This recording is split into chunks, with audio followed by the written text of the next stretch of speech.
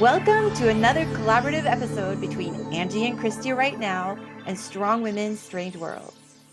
Today, we're thrilled to introduce a trailblazer in fantasy and speculative fiction whose stories are as magical as they are empowering. Our guest is an award-winning author celebrated for her Tales from the Riven Isles series, which includes Tinderbox and Tarotmancer. With her debut novel reaching the top 100 of Amazon's bestseller list for Black and African American fantasy fiction, and winning the 2022 Gold Forward Reviews Indie Award for Fantasy, this author has made a resounding mark in the genre.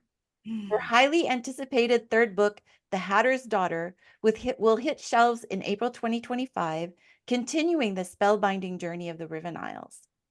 When she's not crafting compelling worlds and strong female protagonists, our guest streams on Twitch as Runic Nightshade and shares her Delaware home with her two diva cats, Cinnamon and Spice.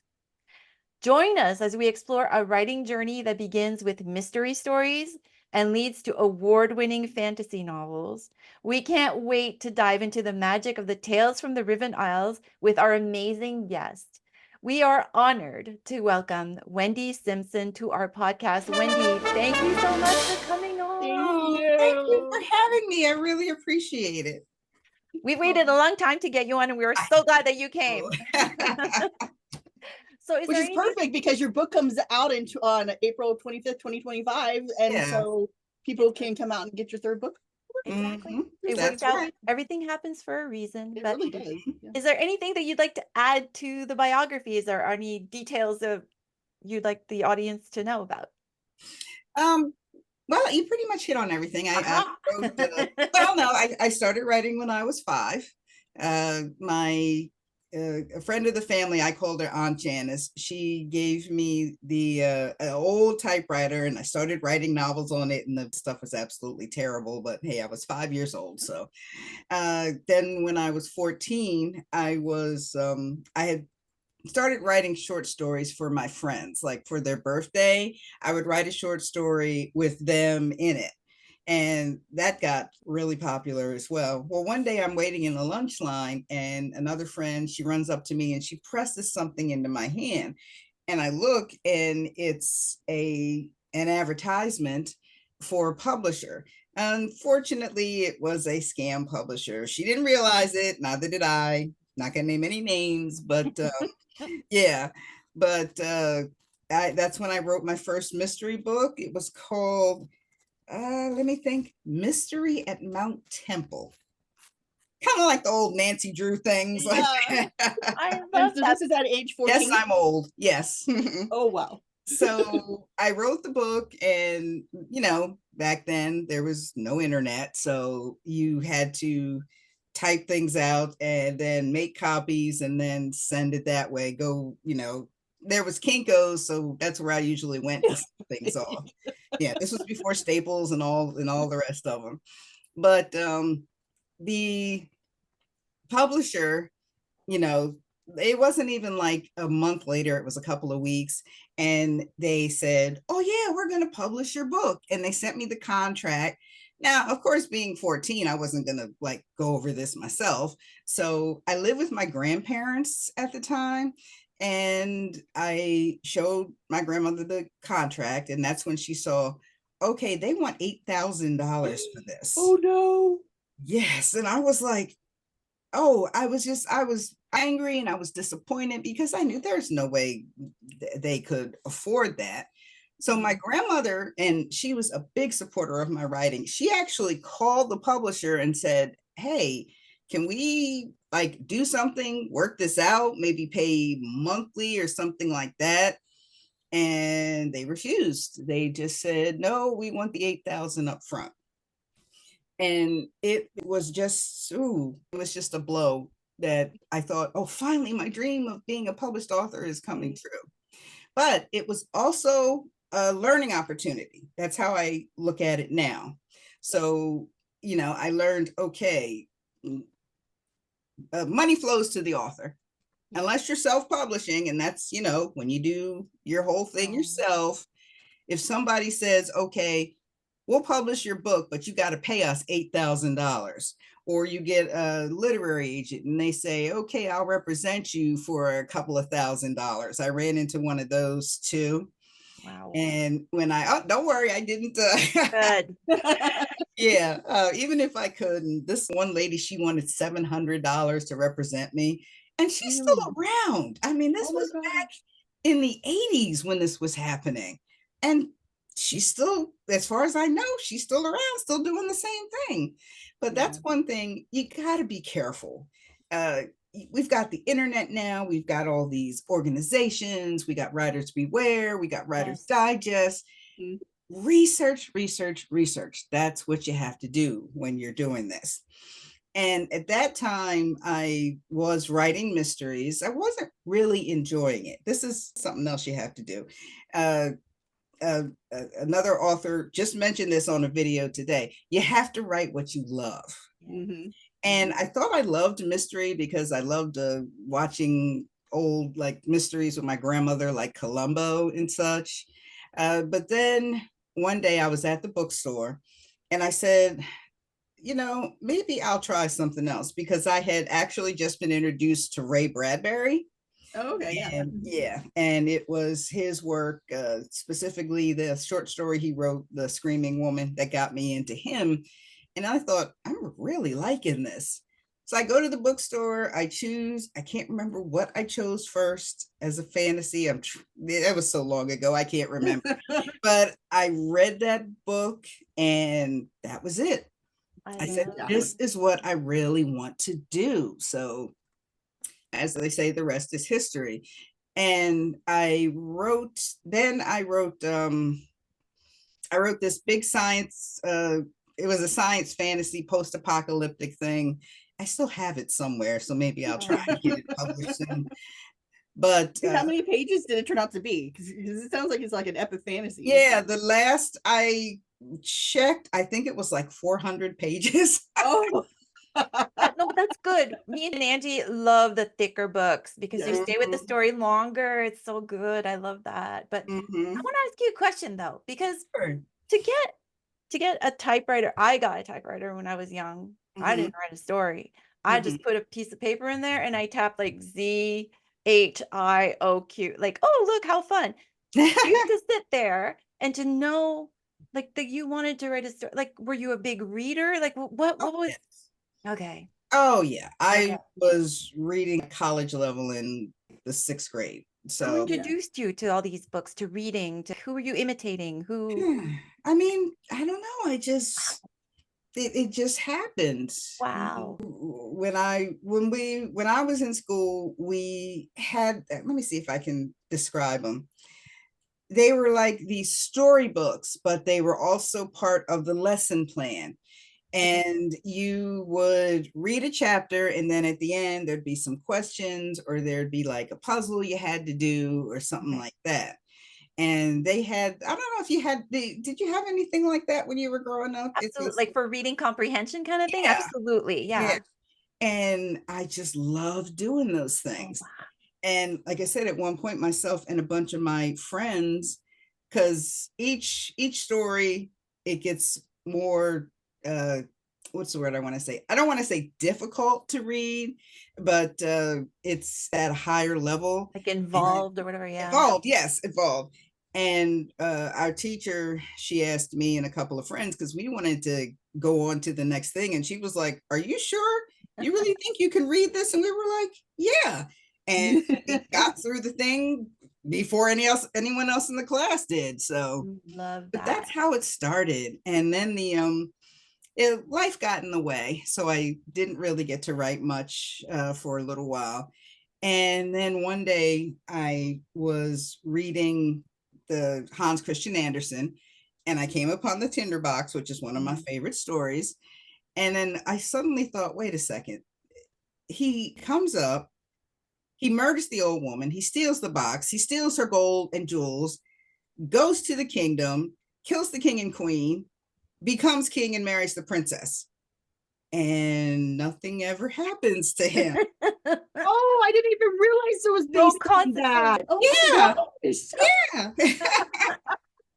Yeah, that's what it is. So I said, what if there was somebody who loved that old woman and came from far away. She was being instructed, and she came back and finds her grandmother dead.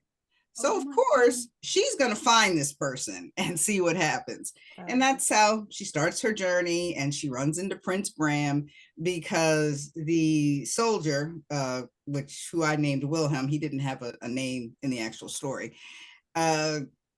He just wanted people around him. He couldn't have enough. He wasn't so much as greedy as I don't know how far you are in it. I don't want to. I'm 64%, but people who haven't read it, maybe no spoilers. Yeah, okay. I don't want to spoil, but yeah. So he's taken over these kingdoms, and then he takes somebody from the kingdom and he adopts quote unquote them. Yeah. So. Yeah, I was really curious because as I was reading, I was just trying to figure out where the world building came in. How did you come up with the concept of the world and the characters and the fae and all the intricate details that you put in, like the vine and stuff. And just not knowing that it was based off of that Hans Christian Andersen's story. So where did your world building come from? Like, how did you come up with the concept of the world? It's also, besides Tinderbox, I wanted to do a different source of magic. So one of my other favorite stories, of course, is Jack and the Beanstalk. And I see so many versions of that. And again, that got me thinking. See, that's how I do most of my writing. I'll see something and then I'll think, wait a second, how is this? No, this doesn't make any sense. I've got to correct this. Love that. So with Jack and the Beanstalk, it's a regular story. Jack plants the beans, the vine grows. But in another version, if you look it up, you have to like do some research. Apparently, the beanstalk actually birthed the mythical creatures. So so the beans were really magic, and that's where like the elves and the fairies and everything came from. And one story has Jack taking months and months and months to climb the beanstalk, and there's places he can stay. There are like inns and like whole communities in the beanstalk. So when the beanstalk gets chopped down, I figured, okay, something that tall, when it hits the ground, it's not just gonna go bump.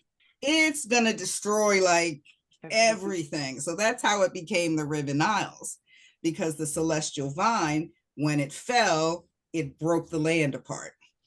And that just made more sense. I love how your brain works.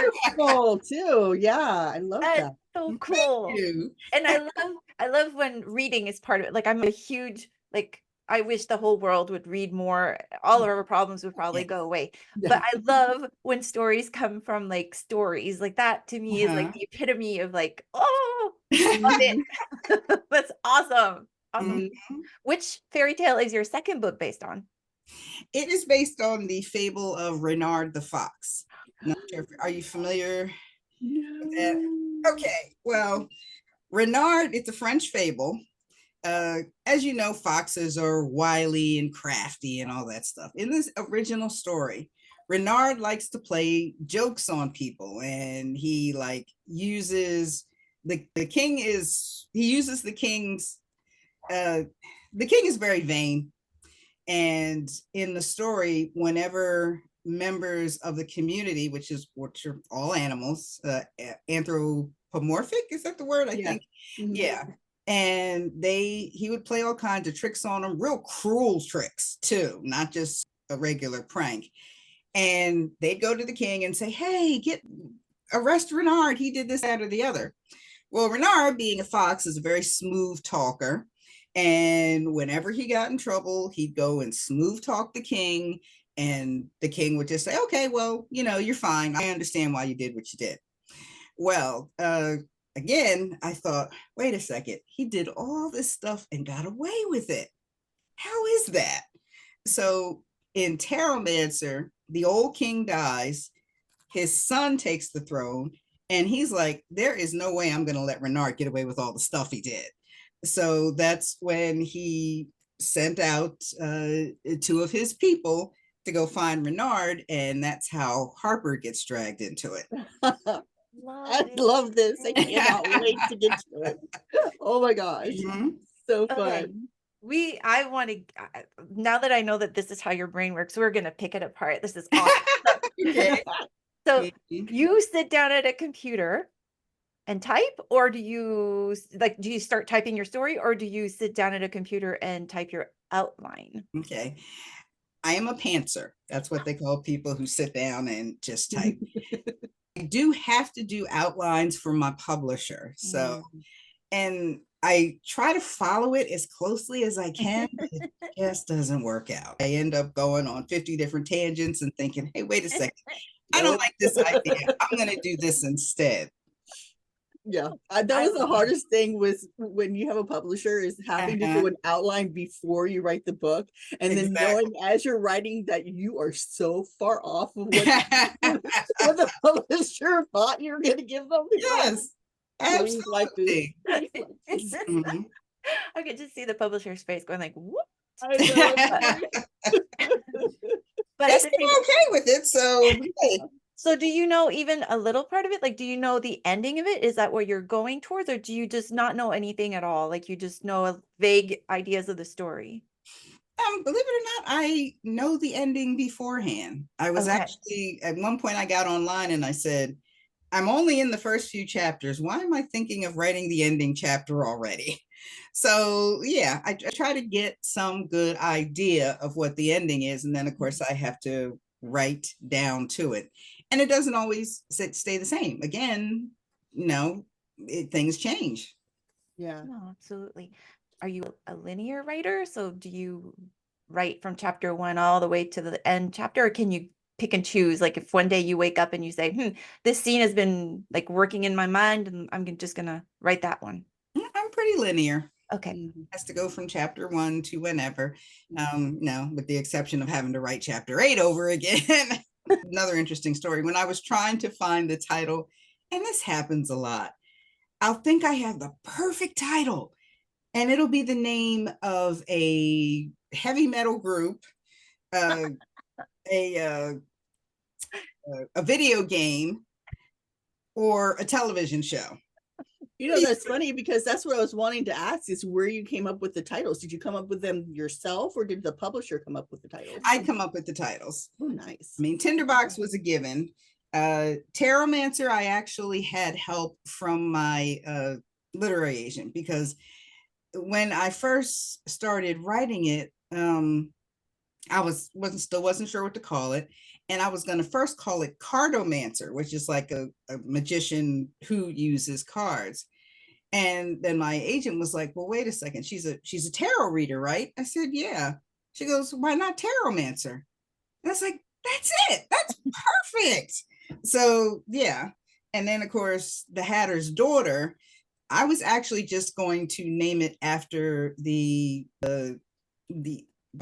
land that they were in, but my agent and my publisher liked the Hatter's Daughter better. So yeah, it does have a nice ring to it. That's what I went with. And with Steelbound, I was actually going to call it Of Shadow in Steel. Oh. And it didn't click that way. It didn't click with me. What does that sound like? Right. Shadow and Bones. Sound familiar? Yes, that's right. I didn't even realize it until my agent saw it, and she was like, that doesn't really fit. Besides, it reminds me of Leah Bardugo, I think, her first book. And it just clicked. I was like, she's right. It just never occurred to me. It didn't click. So you were like talking about your agent, and I was really curious, because you had written Tarotmancer. You had written a Tinderbox. How did you get published? Like, what was your publishing process like? Okay, well, the journey to publishing, I guess. Yeah. Really, I got my agent with an entirely different work called Gunslinger Witch. It was actually, I know, I love it. It was actually written in the 2017 NaNoWriMo. First time I actually won that thing. And it is about a true historical character. Her name is Stagecoach Mary Fields. Look her up. She's a total badass. Love her. She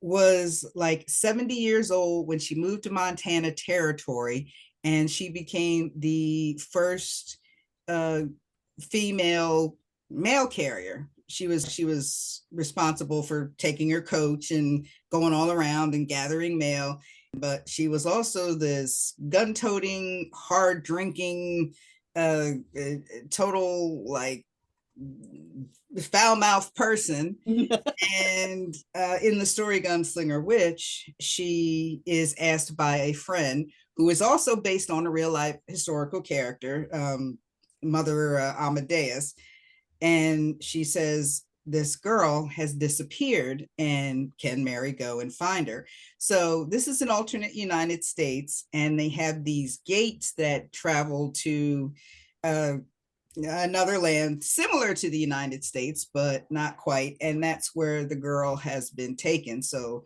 Mary has to go after her. And while she's there, she runs into 3 other magicians, because Mary is actually a magician herself. She can take, she thought that she was like, she could create earthquakes, but that wasn't it. She can affect gravity. Oh, wow. So yeah, so say if somebody's coming at her, she can use her magic, and then gravity just knocks them straight to the floor or whatever. Right now it is, unfortunately, it didn't sell to any of the publishers that my agent sent it to. Right now it's at Wednesday Books, so fingers and toes crossed for me, please. Oh yes, well, it sounds fabulous. Yeah. And that was really what got me my agent. When I first sent it to her, she had me doing all these like corrections and rewrite and revise, and then finally one day she just decided to represent me. And I was in the car with my brother, and we were driving home, and she, oh wait, I'm jumping ahead. When she decided to represent me, she sent me an email, and she was like, you know what, I'm liking this so much, and I love working with you. Why don't I represent you? Oh yeah, that's what I did. I let out this big shriek, scared my cat. My brother's downstairs watching TV. He comes running up, and he's like, what's wrong? And I just pointed at the screen, and he leaned down and read the email, and he was like, oh, that's great. Oh, is that why you were screaming? I said, yeah. He goes, oh, I thought you'd seen a mouse or a bug or something. I'm like, I would not scream like that for a mouse. I am not scared of mice. Yeah. So then she sent around Gunslinger Witch, but unfortunately, like I said, it wasn't picked up. And she asked me, like, do you have anything else? And I said, well, yeah, I have a book called Tinderbox. You want to do that one? And she took that and she sent it out. And then one day when my brother and I are driving home from the grocery store, phone rings. And of course, I don't drive and talk on the phone at the same time. So my brother picked it up for me. And that's when I found out that she had sold it to Flame Tree Press, and that they, oh my God. Yeah. Now, how were you able to drive back home? It wasn't easy. That's so cool. So, I know. And they bought Tinderbox and your 3 other books. Yeah, and Tarotmancer.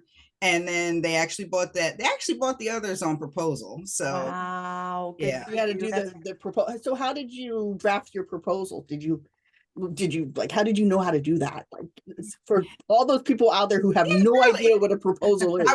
I didn't know. I went online, I did some research, and I said, okay, I'm just gonna go ahead and I'll go down each chapter and I'll just tell them what I planned. But I did, say to my agent, it might not turn out this way, but here's the proposal. Yep. I love it. Love it, love it, love it. So what does the writing day look like for Wendy Simpson? I'm actually more of a night person. That's when I get all my writing done. I mean, after we get done here, I'm going to work a little bit on Steelbound. Mm-hmm. But for some reason, Because during the day, I'm running errands, I'm doing chores and stuff like that there. And I like all that done before I sit down and actually start writing, because it will bug the you know what out of me if I've got something that needs to be done. And it's just easier for me to concentrate. But days like today, it's supposed to snow here in Delaware, so I'm not Oh. going anywhere. Yeah, but days like today, when its weather is bad, then yeah, I'll sit down during the day. I'll write for a few hours, take a break, because that's very important. And then I'll write for a few other hours. My brother's a chef, he fixes dinner, so he'll fix dinner for me. He'll bring it up, or I'll just run down and get it. And after I eat, I'll get back to writing again. Oh, nice. Yeah. So are we talking thousands of words when you do a day of writing? Usually, yes. My chapters tend to be between 2 and 3,000 words. Okay. Not sure how I got that number, but it just seems to work. A lot of people ask me, like, how do you know that it's going to be 2,000 words? I'm like, I don't. That's just how it turns out.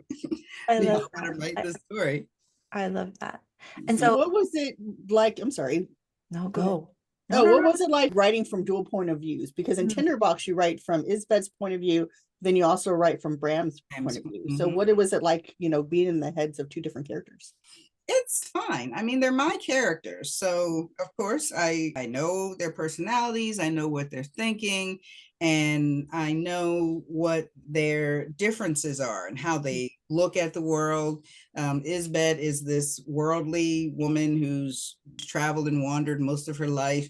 Meanwhile, Bram is a religious leader. So he's been he hasn't done much world traveling, and he is just, everybody tells me that he is very sweet and they just absolutely love Bram. I know Yeah. this introduction it was very well done, so it was good. But so what's harder for you? Is it the writing down the first draft, or is it the editing after? Like, which one do you like the least? Hmm, that's a tough. I mean, when I'm stuck, or when I'm blocked, or when I have to do some rewriting, that is just Joe, that just drives me crazy. Um, but I would have to say editing. I'm sure everybody says editing, because No, actually. For some people, drafting, looking at that blank page is harder, and they love editing. We've interviewed some authors that have said that, but I think I see there's a correlation between being a pantser and the ease of drafting. I think it's like you see it differently than I'm a plotter. So Angie is our pantser, our resident okay. pantser. So if you are doing a lot of editing, then that's where you're Yeah. Mm-hmm. And yeah. then sometimes I'll, like, when we're editing, I'll see something that they want me to revise, and I'll be like, did I write that? Oh yeah, this needs to get revised, definitely. Yeah, I've had that happen. I love that. So is there one thing in your career that you would say was the most important thing that you did to get you where you are today? Not give up. I love that. Trust me, I did. Any writer who tells you, oh, I've never wanted to give up, I think we all have. Mm. But the thing is with that is I have a very good support system. My brother is my biggest supporter. You've probably seen pictures of him online. He's the tall, gruff looking. And I also have a good friend named Kelly Riffle. We've known each other for like forever.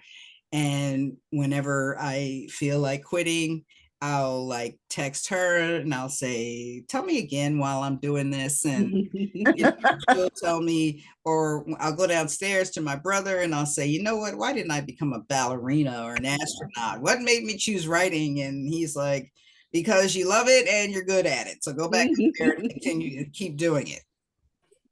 Well, I agree with him that you're good at it for Oh, sure. yeah. So I was curious, how did you become involved with Strong Women, Strange Worlds?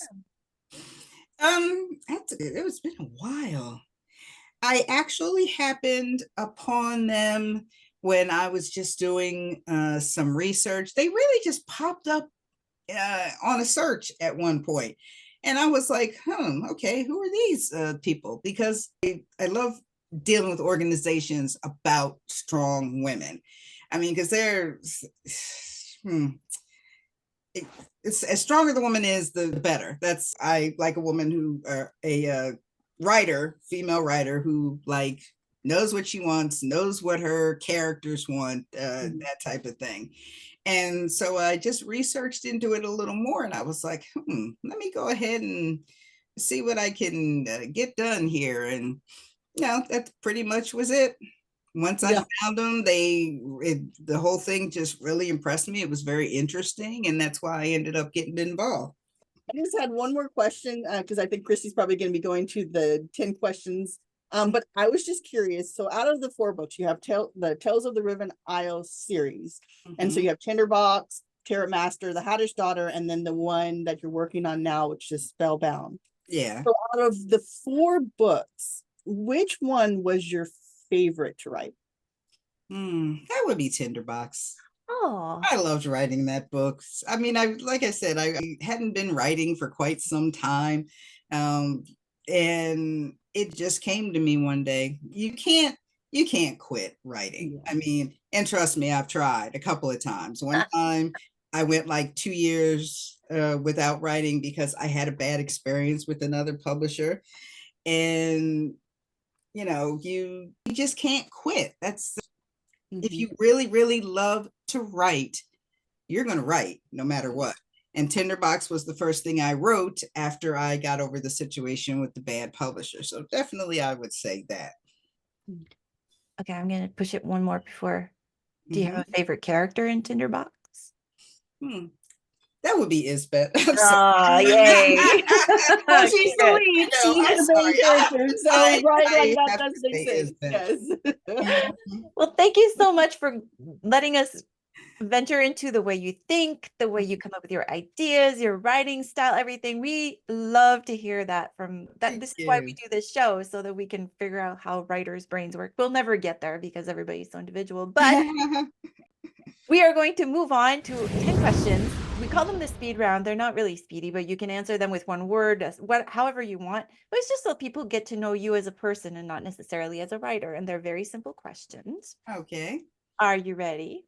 Mm-hmm. The first one is, what's your favorite thing about winter? Is there a favorite person? So then, is there a favorite thing about summer? Oh, yeah. Well, I'll say I'm more a spring person because I garden. So, yeah. So summer, then you can start harvesting. I love that. I love that. If you could visit yourself in the past, would you? Yeah, because there are some things I'd want to tell her or tell me. Like? Oh, don't read your reviews. I love that. I love that. That's classic. Number 3, which part of the day do you like best? Evening, like I said. Into the night. Yeah, that's good. Number 4, would you rather bump into an alien or Bigfoot? Alien. I'm sorry, Bigfoot's overrated. I think there'd be so much more to talk about with an alien than yeah, right. Is there a book that you've reread many times and you'll just go back to all the time? Charlotte's Web. And I know it's a children's book, but it's my favorite I have a copy of it on my bookshelf right now. Love that book. When I was young, I read it so many times I had it memorized. I absolutely adore that response. Yeah. Love that. Love that. It's a great book. So number 6, if you're having a bad day, what is something or someone that'll make it better? Chocolate. Yeah! Now we know you are a true writer. That's it. That's all. It's certified. I love it. Beautiful. Me too. Number 7 is a fill in the blank. The most adventurous thing I've ever done is? I think it was called Bushkill Falls. And you climbed up you climbed up a mountain. And there were all these waterfalls going down. I think that's what it was called. I did it when I was like a little kid. My grandfather took me there. And word of advice, don't wear flip-flops when you're walking up a mountain. Seriously. I slipped and I reached out to grab the railing, and I had a little camera wrapped around, and I smashed it on the railing trying to catch it to keep from falling. Oh Don't no. wear flip-flops on a mountain. Yeah, don't wear I flip-flops love when it. you're walking up a mountain. Works for me. Mhm. Number That's 8 awesome. is do you like to be surprised? Mhm. Come on. Number 9 is on a scale of 1 to 10, how organized is your workspace? 3. But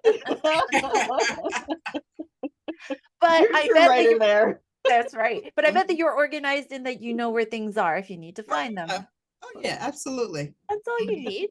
The only room in my home office is the only room in the house that's allowed to have clutter. I love that. And number 10 is do you make and keep New Year's resolutions? No. Mm-mm. I used to way back in the day, but I never kept them. So, I know they're a good idea in principle, but practically, right? yeah, It just- exactly. Mhm. Well, thank you so much for answering the questions. We absolutely love My pleasure. It's so much fun. Hello, everybody. My name is Wendy A. Simpson. I go by W.A. Simpson. I am a writer of epic fantasy. My current series is called Tales from the Riven Isles. Tinderbox is the first. Tarotmancer is the second. And the third in the series is called The Hatter's Daughter, based on Alice in Wonderland. And it is coming out April of next year. So what I would like to do is read the blurb for Tarotmancer. So, gifted with the power of divination, Harper makes her living in a gambling den, reading her tarot cards and running errands. But when she saves a thieving shapeshifter known only as Red, she becomes embroiled in a scheme to retrieve a mysterious mask. And when things go wrong, Red's quest leads them to the last place Harper wants to go, underneath. Taken hostage, Harper must return with Red to the place of his birth, the Kingdom of Vale, where he's been wanted for his crimes for years. But that may be the least of their fears. Vale has been infected by the rot, a hideous evil that feeds on hatred. If Harper can't control her powers and her emotions, the rot will take her and all of Vale with her. All right, so you've kind of spoken about Steelbound, which is your 4th book in the series. Is there anything that else that you're working on that you have planning on? Yes, I am working on a middle grade contemporary fantasy. It's called The Girl of Morning Glory. It's about a doll who is given life, and she befriends this cat who passes away, and now she is trying to find an understanding of what death is and why the cat passed away like she did. And it's based on, when I first started writing it, I had a cat named Maxie, and unfortunately she passed away, and she was in the book, and I didn't want to keep writing about her, so because that would have been painful. Yeah. So when I got Cinnamon and Spice, I had them take over mentoring the living doll, and she's trying to get them to tell her, hey, what is death? And that's pretty much, I don't know if I don't want to like scare kids or anything, but I have been told it is a good subject to touch on. I mean, what do you think? I actually do like the subject because when my kids were young, they would have needed something like that for a pet that passes away. Like that's a pet for a child is always something very difficult. Exactly. And so, yeah, so she's reaching for understanding on that.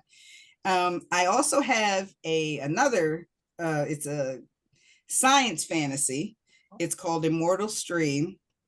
And it's about aliens who actually do arrive on, what is that date? Where 2012, December 28, 2012. And everybody thinks, oh no, the world's going to end, but it doesn't. The aliens are actually pretty cool. They come down, they give us all these medical advances and all this technology, but they are running from an enemy. So when they came here, they said, okay, if you protect us from the enemy, we'll give you all this stuff. But a lot of people think it's a utopia, but it really isn't, because even the aliens have things that are unsafe or not healthy for the people. And of course, then you've got these business owners who want things to go back the way they were, because when the aliens came down, everybody went green.